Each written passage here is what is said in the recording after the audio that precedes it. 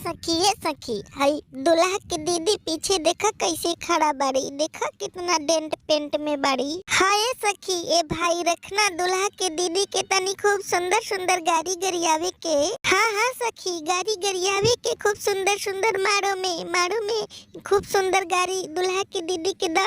अरे दुल्हा के बहिना छिनारो मड़ावा में आइला बाड़ी। कौन विटामिन पियली बहुते मोटाइला बाड़ी। देखी के लइका करे हाला हो इनको हिलता दुताला। मरले बाड़ी जानू उल्टा पाला हो इनको हिलता दुताला।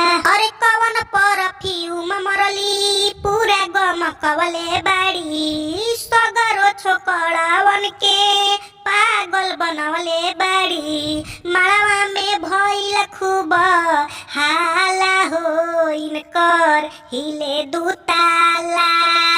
मरले बाड़ू जानू उल्टा पाला हो इनको हिले दुताला। और छाटल छिनरिया तो बबुनिया अपना गाँव के लइका नियन चाल इनको लइकी बाड़ी नाव के। मारी दी सामान में कवनो भाला हो इनको हिले दूत